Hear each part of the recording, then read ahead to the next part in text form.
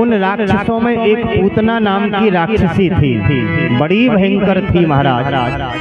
भयंकर पर्वत के समान विशाल इसका शरीर था। नाम था इसका पूतना। पूत माने पवित्र होता है, ना माने नहीं। जो जरा भी पवित्र नहीं है उसी का नाम पूतना है। पूतना ने आगे बढ़ के कहा, भैया मैं जाऊंगी तुम्हारे शत्रु का विनाश कर दूंगी। तो कंस ने कहा कि बहन तू कैसे जाएगी, तेरी ये लंबी लंबी जटाएं हैं, ये विशाल पर्वत के समान तेरा मस्तक, मंदराचल के समान तेरा शरीर, तेरे कितने बड़े बड़े विकराल दांत हैं, तुझे देख करके लोग घरों में छिप जाएंगे, कोई घर में घुसने नहीं देगा। पूतना ने कहा कि भैया उसकी चिंता मत करो, मैं ऐसा बढ़िया मेकअप कर लूंगी, ऐसा बढ़िया श्रृंगार करूंगी कि मुझे कोई पहचान ही नहीं पाएगा।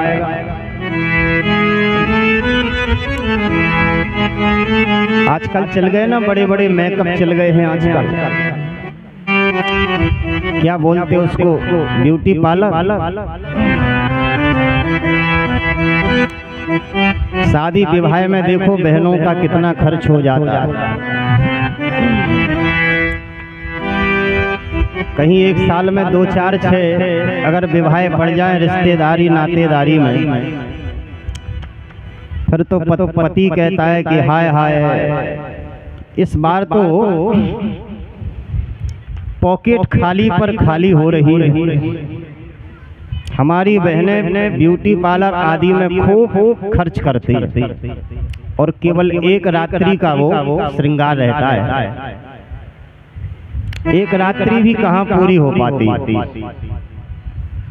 जहाँ जयमाला कार्यक्रम हुआ बस वो सारा का सारा धुल जाता है। तो ये मेकअप आज का नहीं है, ये महाराज बहुत प्राचीन है। वही बात तो पूतना कह रही है, भैया आप चिंता मत करो, ऐसा ब्यूटी पार्लर करूंगी कि कोई पहचान ही नहीं पाएगा। श्री सुखदेव जी स्वयं इस ब्यूटी पार्लर का वर्णन कर रहे हैं भागवत में। अब आप लोगों के लिए ये सत्य कहना पड़ रहा है, लेकिन सुखदेव जी वर्णन कर रहे हैं। ताम केश बंधो व्यतिशक्त मल्लिका बृहन्नितम वस्त्रन कृच्छ मध्यमा सुवाससं कंपित कर्ण भूषणो तुशूल सतकुंतल कुंत मंडलः ताम केश बंधव व्यतिशक्त मल्लिकाम। पूतना ने ऐसा बढ़िया ब्यूटी पार्लर किया, ऐसा श्रृंगार किया है कि श्री सुखदेव जी कहते हैं जैसे उसने श्रृंगार करके ब्रज में गोकुल में प्रवेश किया तो जितने गोकुल के ब्रजवासी थे सब देखते ही रह गए। ग्वारिया बोले, अरे भैया देख तो सही जे नई नई गोपी कहाँ से आई है। आज के पहले तो जाखो गोकुल में पहले कभी ना देखो, देख कितनी सुंदर है। ऐसा विलक्षण उसने रूप बनाया कि भागवत में लिखा है मानो ब्रजवासियों को लगा जैसे वैकुंठ से साक्षात श्री लक्ष्मी जी का आगमन हो गया। ब्रजवासी अत्यंत भोले हैं, बहुत भोले। भक्त जो भगवान के होते हैं वो भोले ही होते हैं। वस्तुतः बात यही है, भक्तों के अंदर जो है वो कपट नहीं होता है, इसलिए वो भोले होते हैं। कपट माने छिपाव, और जहाँ कपट होगा वो भोले थोड़ी होते हैं। इसलिए जितने भी भगवान के भक्त हैं वो सब भोले ही होते हैं। बोले हमको तो ऐसा लगता है लक्ष्मी जी आ गई हैं। अब पूतना ने पूछा कि भैया मुझे नंद जी के यहाँ जाना है, उनका महल कहाँ पड़ता है। ग्वारिया बोले कि सीधी चली जा, अब वो छम छम छम छम करती हुई आगे बढ़ी तो कुछ गोपियां खड़ी थी।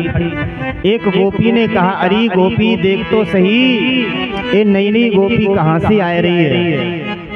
दूसरी ने कहा कि बहन, जहाँ से तू आई है वहीं से तो मैं आई, मुझे क्या पता कि कहाँ से आई। अरे पूछ तो सही, ये कहाँ जा रही है, कौन है, कहाँ से आई। तो उसकी सौंदर्यता ऐसी विलक्षण थी कि किसी की पूछने की हिम्मत नहीं पड़ी। और समस्त गोपियों के देखते देखते वो सीधे नंद महल में प्रवेश कर गई। और जैसे ही बाने मैया को देखा तो दौड़ करके सबसे पहले मैया के पैर पकड़ लिए। मैया बधाई हो, बधाई हो, बधाई हो, मैया तेरे पामन लागू। मैया के पैर पकड़ करके दबाने लगी। मैया बोली, बधाई हो बहन, खूब बधाई हो। अरे बता तो सही, तू कहाँ से आई। अब पूतना शक पकाई कि कहीं मेरा भेद ना खुल जाए। तो पूतना ने कहा कि मैया मैं मथुरा से आई। मैंने जैसे ही कानों से सुना कि 85 वर्ष की अवस्था में एक सुंदर से लाला को तुमने जन्म दियो है, तो बा लाला के दर्शन करने की इच्छा से चली आई। मैया बोली, हाँ हाँ क्यों नहीं, ये मेरो लाला थोड़ी है, आप सबको लाला है। देख सामने पलने में पौधा हुआ है। तो पलना बिछा था और उस पलने में ठाकुर जी किलोरे कर रहे, बार बार हाथ पैरों को फटफटा रहे थे। जैसे ही पूतना ने भगवान को देखा और पलने के पास पूतना गई। मैया बोली, गोपी तू अच्छी आई, रसोई घर में बहुत सा काम पड़ा है, तब तक मैं रसोई की सेवा देख लूं, तू लाला के पास बैठ जा। तो पूतना तो यही चाहती थी कि मुझे मौका मिल जाए। श्री सुखदेव जी वर्णन करते हैं कि पूतना भगवान को मारने के लिए आई है, अपने दोनों पयोधरों में भयंकर कालकूट विष लगा करके आई है। अहो बकी अहो हो माने बड़ा आश्चर्य है। बकी माने बक दैत्य की बहन पूतना, यह अपने दोनों स्तनों में कालकूट विष लगा के मारने भगवान को आई। अहो बकी स्तन कालकूटम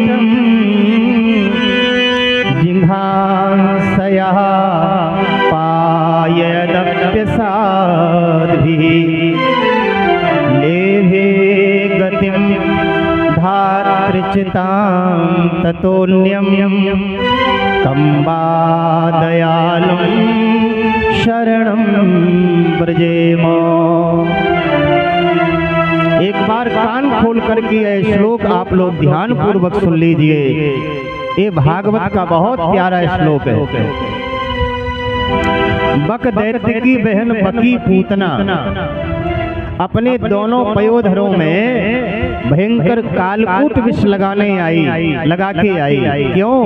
बोले भगवान को यह विष पिलाना चाहती है और इसने विष पिलाया भी। तो क्या हुआ उसके बदले?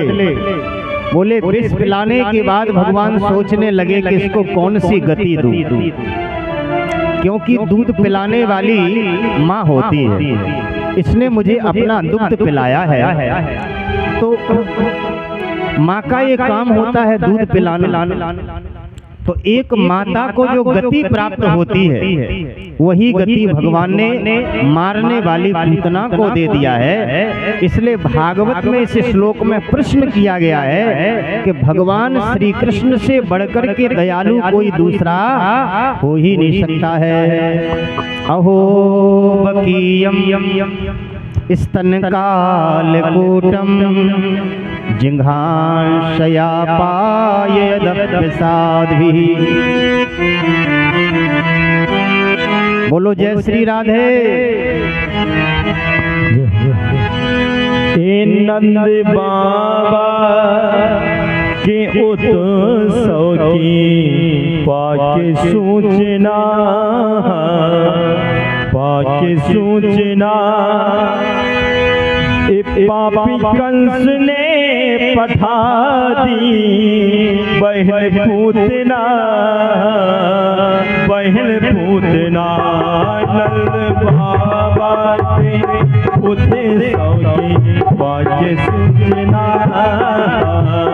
वाक्य सूचना पापी कंस ने पठा दी बहन पूतना, बहन पूतना नंद बाबा के पुत्र सौकी वाक्य सूचना,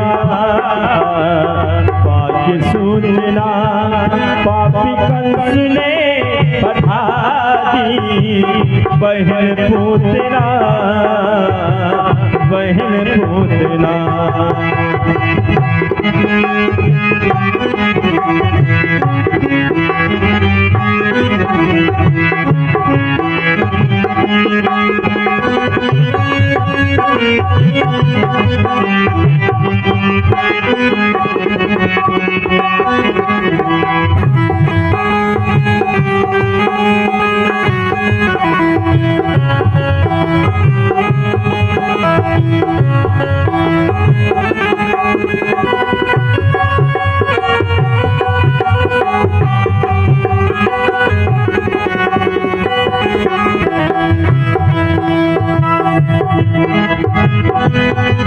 आई इस तल में अपने जहर भर के वो, आई इस तल में अपने जहर भर के वो, आई काना के ढिंग बन के वह पूतना, आई इस तल में अपने जहर भर के वो, आई इस तल में अपने जहर भर के वो, देखो काना के ढिंग को बहन पूतना,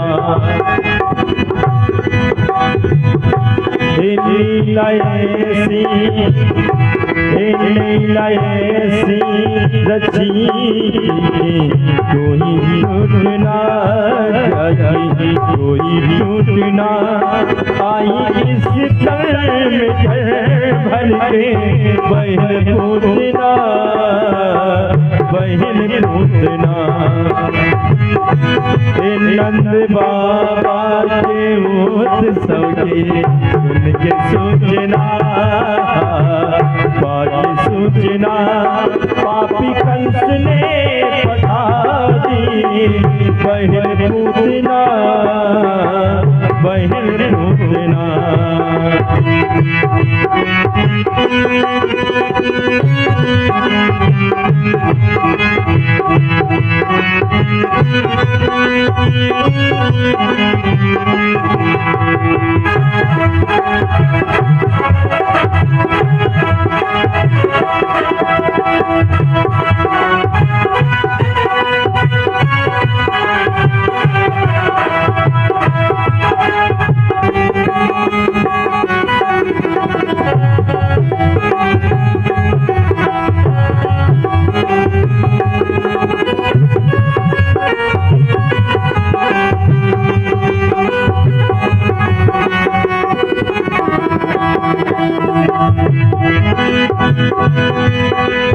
कर गए इसका पान हंसते हंसते, हो कर गए इसका पान हंसते हंसते, हो जाने सकल जहान हंसते हंसते, कर गए इसका पान हंसते हंसते, हो जाने सकल जहान हंसते हंसते। नंद बाबा के उत्सव की भाग्य सूचना, भाग्य सूचना पापी कंस ने पठा दी बहन पूतना, बहन पूतना। नंद बाबा के उत्सव की भाग्य सूचना, भाग्य सूचना पापी कंस ने पठा दी बहन पूतना, बहन पूतना।